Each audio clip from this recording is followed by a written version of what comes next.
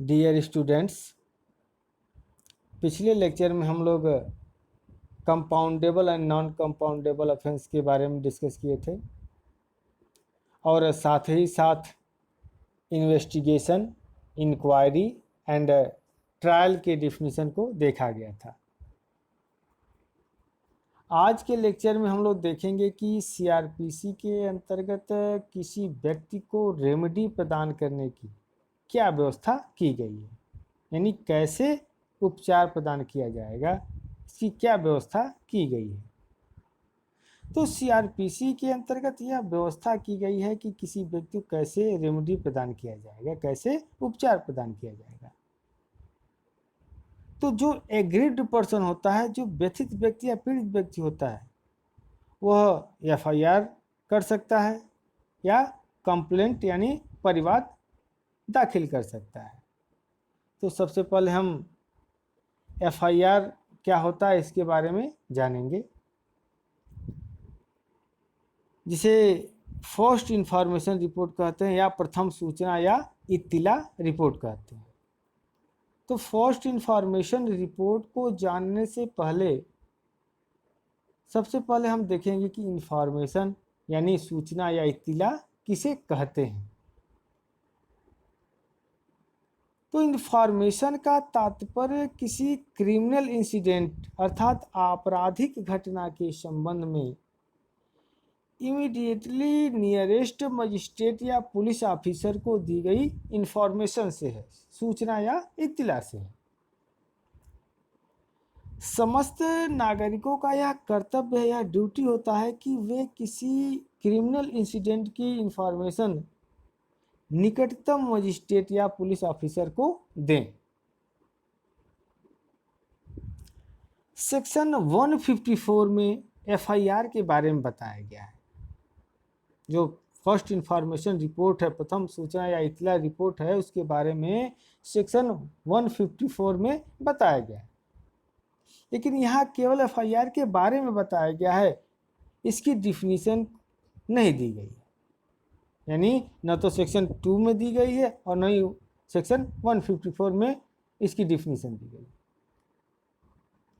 तो question rise होता है कि एफआईआर किसे कहते हैं।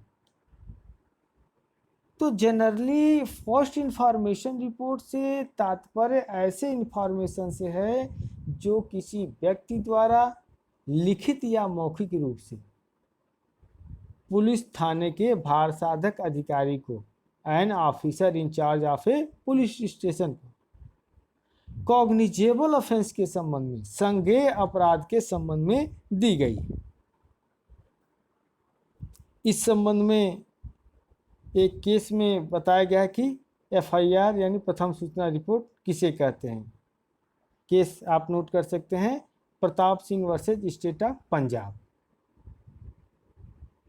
इस केस में सुप्रीम कोर्ट ने कहा कि फर्स्ट इंफॉर्मेशन रिपोर्ट वह प्रतिवेदन है जिसके अंतर्गत कोई व्यक्ति पुलिस स्टेशन के एन ऑफिसर इंचार्ज के समक्ष, पुलिस थाने के भारसाधक अधिकारी के समक्ष कॉग्निजेबल ऑफेंस किए जाने का यानी संज्ञेय अपराध किए जाने का एलिगेशन लगाता है या अभिकथन करता है। न्यायालय ने कहा कि यह अपराध घटित होने के संदर्भ में प्रथम होता है, फर्स्ट होता है, इसलिए इसे प्रथम सूचना रिपोर्ट कहा जाता है। यानी वह सूचना आपराधिक घटना के घटित होने के बाद समय की दृष्टिकोण से पहली बार दी जाती है, इसलिए इसे फर्स्ट इंफॉर्मेशन रिपोर्ट कहते हैं। सेक्शन 154 में बताया गया है कि यदि मामला कॉग्निजेबल है तो उसकी इंफॉर्मेशन पुलिस ऑफिसर को देते ही उसे थाने का जो ऑफिसर इंचार्ज है उसके द्वारा लिखा जाएगा या लिखवाया जाएगा और इस लिपिबद्ध इंफॉर्मेशन पर जो इंफॉर्मेंट है यानी इत्तिलाकार यानी सूचना देने वाला व्यक्ति है उसका सिग्नेचर लिया जाएगा। इंफॉर्मेशन की कॉपी इंफॉर्मेंट को यानी इत्तलाकार को फ्री ऑफ कॉस्ट दी जाएगी, निःशुल्क दी जाएगी। और साथ ही साथ इंफॉर्मेशन का सार यानी सब्सटेंस पुलिस स्टेशन की एक पुस्तिका में लिखी जाएगी, यानी पुलिस स्टेशन पे एक पुस्तिका होती है, इसमें उसको लिखा जाएगा। और मजिस्ट्रेट के परमिशन के बिना ही इन्वेस्टिगेशन प्रारंभ किया जाएगा, जैसा कि कॉग्निजेबल ऑफेंस के डिफिनीशन में आपने पढ़ा भी था। वहीं यदि मामला नॉन कॉग्निजेबल है तो क्या होगा? तो यदि मामला नॉन कॉग्निजेबल है, असंज्ञेय है, तो पुलिस ऑफिसर इंफॉर्मेशन का सब्सटेंस यानी सार पुलिस थाने की जो पुस्तिका है उसमें लिख लेते हैं और इंफॉर्मेंट को यानी जो इत्तलाकार है उसको मजिस्ट्रेट के समक्ष जाने का डायरेक्शन देते हैं। मजिस्ट्रेट के समक्ष जाए बिना पुलिस इन्वेस्टिगेशन प्रारंभ नहीं कर सकती है। यदि पुलिस ऑफिसर इंफॉर्मेशन को स्वीकार करने से यानी उसको रिकॉर्ड करने से इनकार करता है, जनरली आप सुनते भी हैं कि कोई एग्रीड पर्सन पुलिस थाने पे गया और एफआईआर लॉन्च कराना चाहता है तो पुलिस वाले एफआईआर दर्ज नहीं करते। तो जो एग्रीड पर्सन है वह क्या कर सकता है? तो सेक्शन 154 में ही बताया गया है कि अगर वह इनकार कर देता है पुलिस थाने का भारसाधक अधिकारी, तो इंफॉर्मेशन को लिखित रूप में बाई पोस्ट यानी डाक द्वारा सुपरिटेंडेंट ऑफ पुलिस यानी पुलिस अधीक्षक अर्थात एसपी के पास भेज देगा। तो वह एसपी स्वयं मामले का इन्वेस्टिगेशन कर सकता है या अपने सबऑर्डिनेट किसी पुलिस ऑफिसर को डायरेक्शन दे सकता है इन्वेस्टिगेशन के लिए। अब इसको हम आगे भी जब सेक्शन 154 डिस्कस किया जाएगा वहाँ उसको विधिवत तरीके से देखा जाएगा। अब जो एग्रीड पर्सन होता है, पीड़ित व्यक्ति होता है, वह दूसरा उपचार उसके पास क्या होता है? तो दूसरा उपचार कंप्लेंट फाइल करने का होता है। तो आप हेडिंग नोट कर सकते हैं, कंप्लेंट सेक्शन 2D। कंप्लेंट यानी परिवाद को हिंदी में इस्तिगासा भी कहते हैं। तो सबसे पहले हम इसके जनरल मीनिंग को समझेंगे कि परिवाद कंप्लेंट क्या होता है। तो जब समाज में कोई अपराध घटित होता है तब क्रिमिनल जस्टिस सिस्टम दंड न्याय का जो तंत्र है 2 रूपों में प्रारंभ किया जाता है। फर्स्टली पुलिस स्टेशन पर अपराध घटित होने की इंफॉर्मेशन देकर, और सेकेंडली मजिस्ट्रेट के समक्ष कंप्लेंट फाइल करके। तो किसी एक्यूज्ड के अगेंस्ट कार्रवाई मजिस्ट्रेट के समक्ष 2 प्रकार से की जा सकती है। एक तो स्टेट गवर्नमेंट की ओर से पुलिस थाने के एन ऑफिसर इंचार्ज द्वारा, और दूसरे किसी व्यक्ति द्वारा, यानी स्टेट गवर्नमेंट भी कर सकती है और एक जो पीड़ित व्यक्ति वह भी कर सकता है। पुलिस ऑफिसर चार्जशीट पेश करके प्रोसीडिंग प्रारंभ करवाती है और वहीं अन्य व्यक्ति कंप्लेंट करके प्रोसीडिंग प्रारंभ करवाते हैं। तो अब यहाँ क्वेश्चन राइज होता है कि व्हाट इज कंप्लेंट? परिवाद क्या है? परिवाद किसे कहते हैं? तो इसकी डिफिनीशन सेक्शन 2D में दी गई है।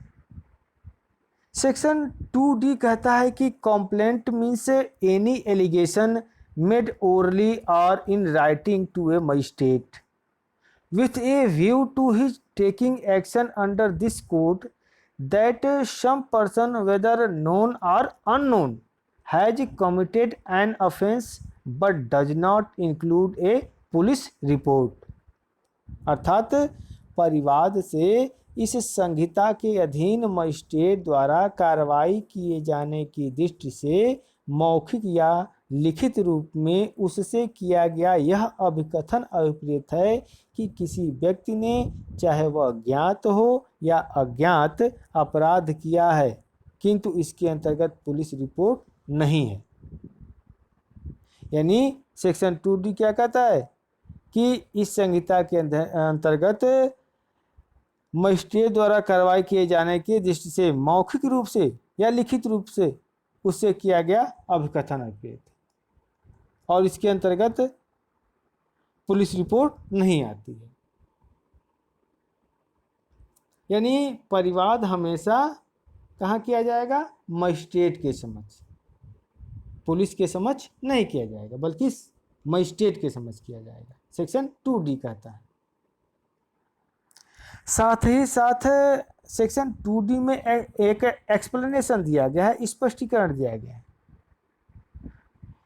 वह एक्सप्लेनेशन कहता है कि a report made by a police officer in a case which discloses after investigation the commission of a non cognizable offence shall be deemed to be a complaint, and the police officer by whom such report is made shall be deemed to be the complainant। अर्थात ऐसे किसी मामले में जो अन्वेषण के पश्चात किसी असंज्ञेय अपराध का किया जाना प्रकट होता है, पुलिस अधिकारी द्वारा की गई रिपोर्ट परिवाद समझी जाएगी, और वह पुलिस अधिकारी जिसके द्वारा ऐसी रिपोर्ट की गई है परिवादी समझा जाएगा, कंप्लेनेंट समझा जाएगा। अब इसके क्या आवश्यक तत्व होंगे इसको हम देखेंगे। तो आप हेडिंग नोट कर सकते हैं, इसेंशियल एलिमेंट्स ऑफ कंप्लेंट्स, यानी परिवाद के आवश्यक तत्व। तो जब हम सेक्शन 2D का विश्लेषण करते हैं तो 2D के विश्लेषण से कंप्लेंट के कुछ आवश्यक तत्व निकलकर सामने आते हैं। तो पहला आवश्यक तत्व होगा इसका कि complaint must be made to a magistrate. परिवाद केवल मजिस्ट्रेट के समक्ष प्रस्तुत किया जाता है। दूसरा एलिमेंट होगा परिवाद मौखिक या लिखित किसी रूप में हो सकता है, यानी ओरली भी हो सकता है या इन राइटिंग भी हो सकता है।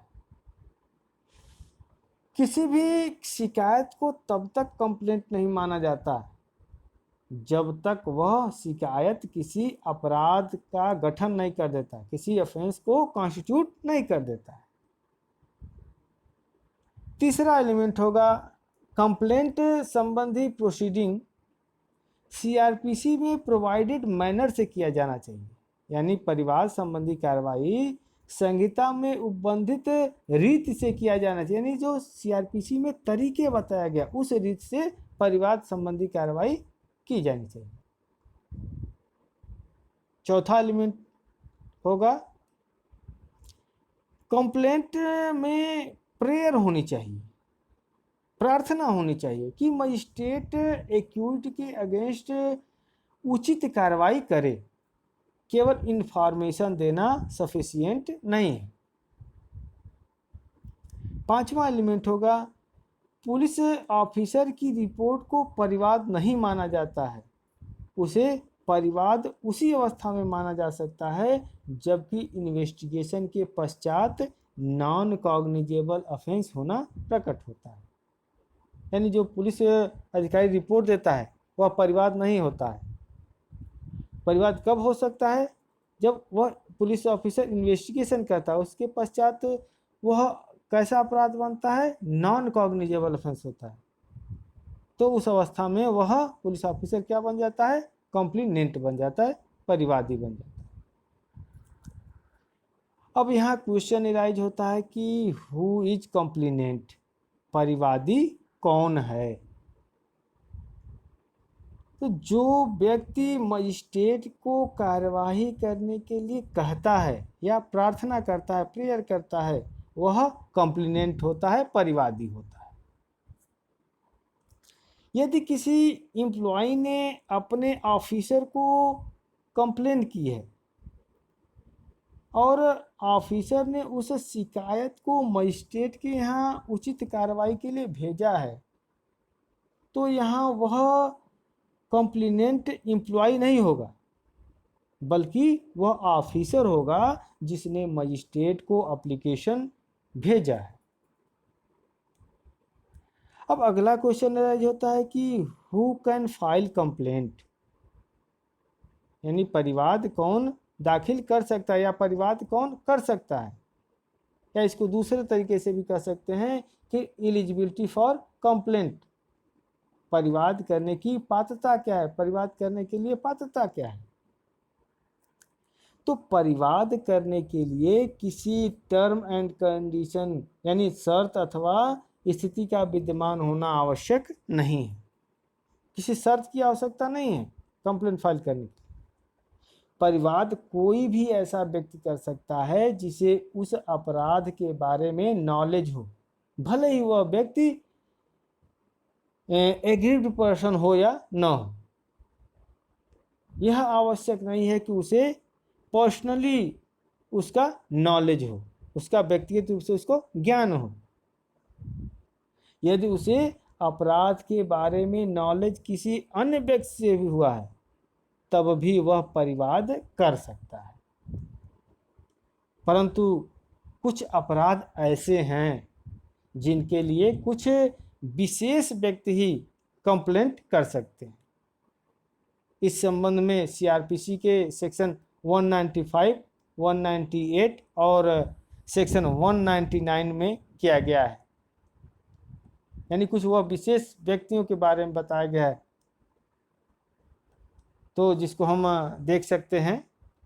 सेक्शन 195 क्लास 1 कहता है कि आईपीसी के सेक्शन 172 से 188 में बताए गए अपराधों के विषय में वही पब्लिक सर्वेंट यानी वही लोक सेवक कंप्लेंट कर सकता है जिसके आदेशों के संबंध में अपराध हुए हैं, या ऐसे पब्लिक सर्वेंट के सीनियर ऑफिसर ऐसा कर सकते हैं। वहीं सेक्शन 195 क्लास 2 कहता है कि आईपीसी के सेक्शन 193 से 196, सेक्शन 199, सेक्शन 200, सेक्शन 205 से 211, सेक्शन 228, सेक्शन 463, सेक्शन 471 तथा सेक्शन 475 और सेक्शन 476 के अंतर्गत कंप्लेंट वही कोर्ट कर सकता है जिसके कोर्ट में अपराध हुए हैं। यानी इन सेक्शंस के अंतर्गत अगर कोई ऑफेंस हुआ है कोर्ट में, तो वही कोर्ट कंप्लेंट फाइल कर सकता है, कोई अन्य व्यक्ति नहीं कर सकता। वहीं सेक्शन 198 और 199 के क्लास 1 में बताया गया है कि मैरिज और डिफामेशन से रिलेटेड ऑफेंसेज में जो आईपीसी के सेक्शन 493 से 498 तथा सेक्शन 499 से 502 में बताए गए हैं, इनके बारे में कंप्लेंट केवल वही व्यक्ति करेगा जो ऑफेंस से पीड़ित है, अन्य कोई व्यक्ति कंप्लेंट फाइल नहीं करेगा। लेकिन इसके कुछ एक्सेप्शन है, कुछ अपवाद हैं। अपवाद यह है कि यदि ऐसा व्यक्ति जड़ या पागल है, इडियट और लूनेटिक है, या माइनर है यानी 18 वर्ष से कम आयु का है, या पर्दानसीन स्त्री है यानी लोकल कस्टम्स एंड मैनर यानी स्थानीय रूढ़ी और रीतियों के अनुसार लोगों के सामने न आती है, या कोई रोगी व्यक्ति है, तो कोर्ट के परमिशन से कोई अन्य व्यक्ति भी कंप्लेंट फाइल कर सकता है। कभी कभी संयुक्त रूप से भी कंप्लेंट फाइल किया जाता है। तो परिवाद जब एक से अधिक व्यक्तियों द्वारा किया जाता है तब उसे ज्वाइंट कंप्लेंट की संज्ञा दी जाती है। अब अगली हेडिंग आप नोट कर सकते हैं, या अगला पॉइंट जिसे हम डिस्कस करेंगे वह है difference between complaint and information, परिवाद और सूचना में अंतर। कंप्लेंट और इंफॉर्मेशन में डिफरेंस यह है कि कंप्लेंट द्वारा कोई व्यक्ति मजिस्ट्रेट से कार्रवाई करने के लिए प्रेयर करता है, प्रार्थना करता है, निवेदन करता है, जबकि इंफॉर्मेशन में, सूचना या इत्तला में मजिस्ट्रेट को अपराध होने की सूचना बताया जाता है, इंफॉर्मेशन को बताया जाता है, कोई प्रेयर नहीं किया जाता, कोई निवेदन या प्रार्थना नहीं किया जाता है। कंप्लेंट किए जाने पर मजिस्ट्रेट को सीआरपीसी के अनुसार कार्यवाही करना आवश्यक हो जाता है, किंतु इंफॉर्मेशन मिलने पर वह चाहे तो कार्रवाई करे या न करे। अब अगली हेडिंग नोट कर सकते हैं आप, distinction between complaint and first information report यानी एफआईआर, परिवाद और प्रथम सूचना रिपोर्ट में अंतर। तो पहला अंतर है कि परिवाद मजिस्ट्रेट के समक्ष किया जाता है, कंप्लेंट हमेशा मजिस्ट्रेट के समक्ष किया जाता है, वहीं एफआईआर सदैव पुलिस स्टेशन के एन ऑफिसर इंचार्ज यानी थाने के भारसाधक अधिकारी के समक्ष की जाती है। दूसरा अंतर है complaint cognizable and non cognizable, संज्ञेय तथा असंज्ञेय दोनों प्रकार के मामलों के संबंध में होता है। वहीं एफआईआर हमेशा कॉग्निजेबल ऑफेंस में ही लिखी जा सकती है। तीसरा अंतर है कंप्लेंट पर मजिस्ट्रेट की परमिशन के बिना पुलिस अधिकारी इन्वेस्टिगेशन का कार्य नहीं कर सकता, वहीं एफआईआर के कंडीशन में पुलिस ऑफिसर मजिस्ट्रेट के आदेश के बिना ही इन्वेस्टिगेशन प्रारंभ कर सकता है। चौथा डिफरेंस है कि कंप्लेंट सीआरपीसी के सेक्शन 2D में डिफाइन किया गया है, वहीं एफआईआर के बारे में सीआरपीसी के सेक्शन 154 में बताया गया है लेकिन डिफाइन नहीं किया गया।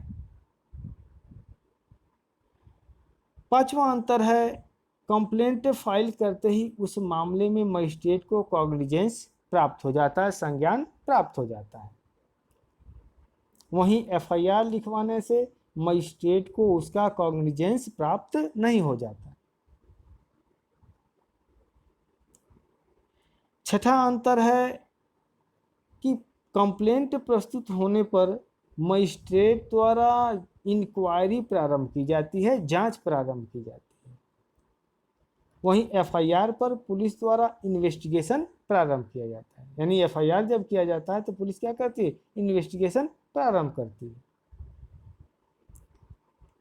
अगला अंतर है कि कंप्लेंट कुछ विशेष परिस्थितियों में, हमेशा नहीं, कुछ विशेष परिस्थितियों में वही व्यक्त कर सकता है जो एथराइज्ड बाय लॉ हो, यानी विधि द्वारा प्राधिकृत हो, जैसा कि हमने सेक्शन 195, 198 और 199 के बारे में बताया। लेकिन एफआईआर कोई भी व्यक्ति दे सकता है।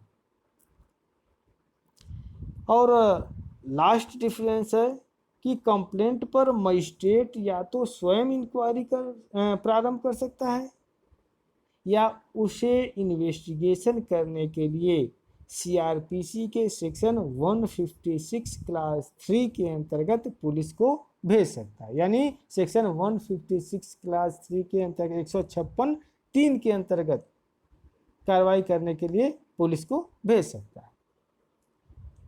वहीं एफआईआर पर पुलिस ऑफिसर को ही इन्वेस्टिगेशन करना होता है, वह उसे इंक्वायरी करने के लिए मजिस्ट्रेट को नहीं भेज सकता। इन्वेस्टिगेशन जब पूर्ण हो जाता है तो पूर्ण हो जाने पर उसे रिपोर्ट ही प्रस्तुत करनी होती है। यदि इंफॉर्मेशन से किसी नॉन कॉग्निजेबल ऑफेंस का किया जाना या होना प्रकट होता है तो वह इंफॉर्मेशन देने वाले व्यक्ति को मजिस्ट्रेट के समझ जाने का डायरेक्शन दे सकता है। 2 केसेज हैं, इसको यहाँ आप देख सकते हैं। पहला केस है Prakash Singh Badal versus state of Punjab का, 2007 का केस है सुप्रीम कोर्ट का। इस केस में सुप्रीम कोर्ट ने कहा कि केवल इस आधार पर कि कंप्लेंट राजनीतिक विरोधी द्वारा फाइल किया गया है, मजिस्ट्रेट को उसकी अनदेखी नहीं करना चाहिए और न ही यह प्रिजम्पशन करना चाहिए या धारणा बना लेनी चाहिए कि कंप्लेंट में लगाए गए आरोप में कोई सब्सटेंस नहीं है, कोई सार नहीं। ऐसा मजिस्ट्रेट को नहीं करना चाहिए। और दूसरा केस आप नोट कर सकते हैं, Motilal versus state of UP, 2010 का केस है सुप्रीम कोर्ट का। इस केस में सुप्रीम कोर्ट ने कहा कि यह आवश्यक नहीं होता कि एफआईआर में घटना की हर बात का विवरण मिले या विवरण दिया जाए, उसके सार को यानी सब्सटेंस को बता देना पर्याप्त।